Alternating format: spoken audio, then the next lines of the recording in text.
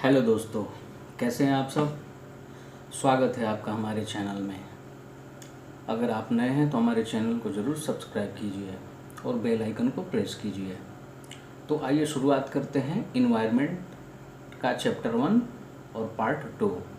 Part 1 में हमने पढ़ा था कि पर्यावरण किसे कहते हैं और पर्यावरण के घटक, जिसमें हमने देखा था अजैविक या भौतिक संगठक और दूसरा देखा था जैविक। ठीक है ना, जैविक। तो आज हम अजैविक को डिटेल में पढ़ेंगे। आइए देखते हैं।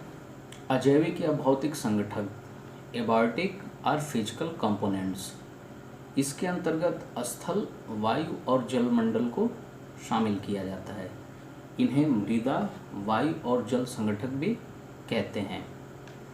मृदा, वायु, प्रकाश, ताप, जल ऐसे कारक होते हैं जो भौतिक वातावरण का निर्माण करते हैं। अब आइए इसमें देखते हैं। इसमें 3 हमने पढ़ा था कि अजैविक पर्यावरण या भौतिक पर्यावरण में 3 घटक कौन कौन से थे? स्थलमंडलीय, वायुमंडलीय और जलमंडलीय। तो सबसे पहले हम देखते हैं वायुमंडल। ठीक है, वायुमंडलीय पर्यावरण। तो वायुमंडलीय पर्यावरण देखने से पहले हम देखते हैं कि वायुमंडल क्या है। एटमॉस्फेयर पृथ्वी के चारों ओर विस्तृत गैसीय आवरण को ही वायुमंडल कहते हैं। यह जैव तथा अजैव दोनों के लिए अहम भूमिका निभाता है। कहने का मतलब कि अगर वायुमंडल अगर होगा ही नहीं तो हम जिंदा नहीं रह पाएंगे, हम सांस नहीं ले पाएंगे, कोई भी जीव जंतु नहीं रह पाएगा। ठीक है, ये जो वायुमंडल है इसमें जो गैसें होती है, इसमें जो वायुमंडल है इसमें गैस, जलवाष्प एवं धूलकण, इन तीनों का मिश्रण होता है वायुमंडल में। इसमें मौजूद गैसें जीव व पौधों, वनस्पतियों को जीवित रखने के लिए महत्वपूर्ण स्रोत होती है। कहने का मतलब ये है कि जो इसमें अगर गैस, जैसे कि ऑक्सीजन वायुमंडल से ही मिलता है, अगर ऑक्सीजन नहीं मिलेगा तो हम सांस नहीं ले पाएंगे। वैसे आप देख ही रहे हैं कि कोरोना काल में कैसे ऑक्सीजन की कमी की वजह से लोग कैसे सिलेंडर कंधे पर रख के भाग रहे हैं इधर उधर कि हमें कैसे भी करके ऑक्सीजन मिल जाए। ठीक है ना, तो वो ऑक्सीजन जो सिलेंडर वाला होता है वो 99% प्योर ऑक्सीजन होता है, और जो ये ऑक्सीजन होता है वायुमंडल में जो ऑक्सीजन मिलता है, ये समझ लीजिए कि बहुत उतना प्योर नहीं होता, लेकिन जिंदा रहने के लिए काफ़ी है। ठीक है, निचले स्तरों में वायुमंडल का संगठन अपेक्षाकृत एक समान रहता है। कहने का मतलब ये कि जब धरती के निचला जो स्तर होता है, जैसे हम लोग जहाँ पर हैं, यहाँ से थोड़ा सा ऊपर, तो यहाँ पर जो वायुमंडल का जो संगठन अपेक्षाकृत एक समान रहता है। मतलब यहाँ पर गैसें जो रहेंगी वो एक समान भी रहती है, लेकिन जैसे जैसे हम ऊपर जाते हैं तो गैसों की अपेक्षित मात्रा में बदलाव देखने को मिलता है, उसका घनत्व कम होने लगता है ना। वायुमंडल जितना नीचे, उसका घनत्व ज़्यादा मिलेगा, जितना वो घना रहेगा। जैसे जैसे हम ऊपर जाएंगे वैसे वैसे वायुमंडल का घनत्व, डेंसिटी क्या है, कम होती जाएगी। शुद्ध और शुष्क वायु में नाइट्रोजन 78%, ऑक्सीजन 21% और आर्गन 0.93% पाया जाता है। इसके अलावा कार्बन डाइऑक्साइड भी 0.03% पाई जाती है। सभी क्या है, ये गैसें हैं। इसके अलावा hydrogen, helium, ozone, neon, xenon आदि अल्प मात्रा में पाई जाती है हवा में, वायु में। नम वायुमंडल में जल वाष्प की मात्रा 5% तक होती है। ठीक है ना, जब हवा वायुमंडल जो नम होता है उसमें जल वाष्प की मात्रा 5% तक ही होती है। वायुमंडलीय जल वाष्प की प्राप्ति सागरों, जलाशयों, वनस्पतियों तथा मृदाओं के जल से होती है। जल वाष्प की मात्रा भूमध्य रेखा से ध्रुवों की ओर घटती जाती है। कहने का मतलब ये है कि जब गर्मी के दिन में आपने देखा होगा कि जल स्तर या महासागरों का जो जल स्तर आपने देखा होगा, या फिर नदियाँ सूख जाती हैं, घटने लगता है उसका जल स्तर। ठीक है, तो ये सब होता क्या है, तो ये वाष्पित होते हैं, वाष्पित होके ऊपर की ओर जाते हैं और ये किस वायुमंडल में जाके घुल मिल जाते हैं। ठीक है, फिर बाद में वही बादलों का रूप लेते हैं और फिर वो जब ज़्यादा भारी हो जाते हैं तो बारिश के रूप में, वो बूंद के रूप में नीचे ज़मीन पर गिर जाते हैं। ठीक है, तो यही चीज़ है। जल वाष्प के कारण ही बादल, कोहरा, पाला, वर्षा, ओस, हिम, ओला, हिमपात आदि होता है जल वाष्प के कारण, है ना। जब ज़्यादा गर्मी बढ़ती है, ज़्यादा तापमान बढ़ता है, सूर्य की किरणें जब तेज़ी से हमारी धरती की तरफ पड़ती है तो फिर जल वाष्पित होने लगता है। ठीक है, फिर वो ऊपर की ओर उठने लगती है, वही बाद में बादल, कोहरा, पाला, वर्षा के रूप में परिवर्तित हो जाती है। वायुमंडल में ओजोन परत, ओजोन परत की पृथ्वी और उस पर रहने वाले जीवों के लिए बहुत ही महत्वपूर्ण भूमिका निभाती है। ओजोन परत ये क्या करती है, ये परत सूर्य से आने वाली उच्च आवृत्ति की पराबैंगनी किरणों को अवशोषित कर लेती है। कहने का मतलब कि वो डायरेक्ट जब आती है, सूर्य की किरणें जब आती है तो उससे क्या करती है कि सबसे पहले उससे टकराती है ओजोन से। ओजोन क्या करता है, हम लोगों के यहाँ पहुँचने से पहले ओजोन क्या करता है कि पराबैंगनी किरणों को रोक देता है, हमारी तरफ नहीं आने देता। ठीक है, तो इससे क्या होता है कि हमारे जीवन के लिए कोई हानिकारक कोई उथल पुथल क्रिएट नहीं होता। नेक्स्ट है ओजोन की परत की खोज 1913 में फ्रांस के भौतिकविद फेवरी चार्लूस और हेनरी बुसोन ने की थी। अब यहाँ पर देख लीजिए ग्राफ के माध्यम से, ये है, मान लीजिए ये पूरा हमारा वायुमंडल है, तो वायुमंडल में नाइट्रोजन 78.09% है, ये ग्राफ में हो गया 78.09%। ऑक्सीजन है 20.95, यहाँ पर ये ऑक्सीजन ग्राफ में 20.95%।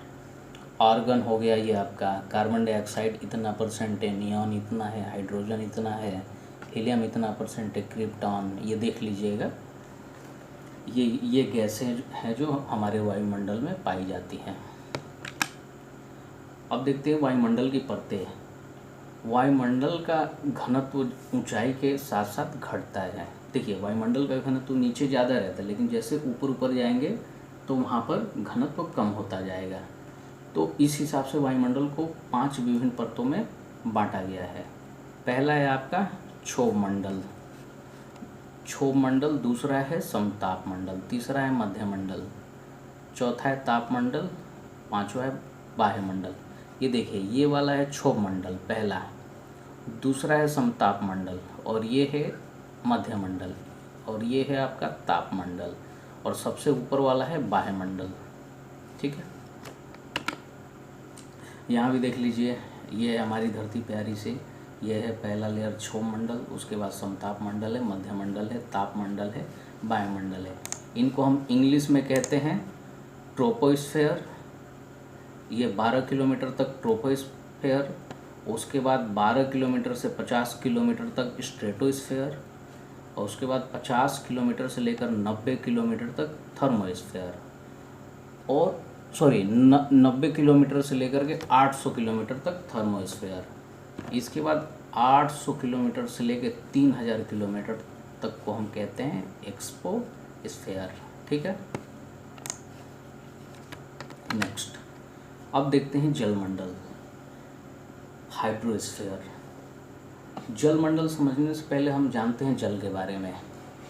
यह पृथ्वी पर पाए जाने वाला एकमात्र तरल अकार्बनिक पदार्थ है जो प्राकृतिक रूप से हमें मिलता है, लेकिन हम लोग जल का इस समय इतना दुरुपयोग कर रहे हैं कि हम लोग समझ ही नहीं पा रहे हैं कि जल हमारे लिए कितना महत्वपूर्ण है। यह आवास के रूप में, पारिस्थितिकी के रूप में और संसाधन के रूप में भी महत्वपूर्ण भूमिका निभाता है। कैसे? जल आवास के रूप में भी निभाता है, जैसे कि मछली जल में रहती है, मछली का आवास वही है। कई सारे जीव हैं जो जल में ही रहते हैं, है ना। संसाधन के रूप में, जैसे कि हम लोग बिना जल के रह ही नहीं सकते, ये हमारे लिए संसाधन ही है। पृथ्वी पर जल की कुल मात्रा एक समान रहती है, समान रहती है, जबकि केवल एक रूप से दूसरे रूप में परिवर्तित होता है, जिसे हम जल चक्र कहते हैं। वही बताया ना मैंने अभी, जैसे मान लीजिए पहाड़ पर जल है, पहाड़ पर बर्फ़ के रूप में, बर्फ़ जब पिघला तो नदी में पानी बन के, पानी नदी के साथ बहते बहते आके महासागर में गिरा, फिर वो महासागर में गर्मी के दिनों में फिर वो वाष्प बन के ऊपर चला गया, फिर वहाँ पर वो बादल में जाके घुल मिल गया, बादल बना, बादल जब भारी हुआ तो वही पानी फिर से बरस गया, फिर आके नीचे जमा हो गया।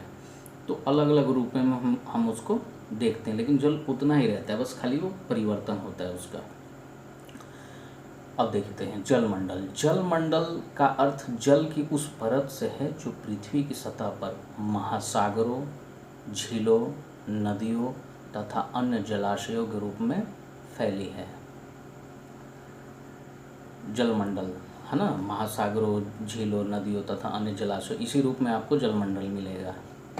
पृथ्वी की सतह के कुल क्षेत्रफल का लगभग 71% भाग जो है वहाँ पर जल का विस्तार आपको मिलेगा।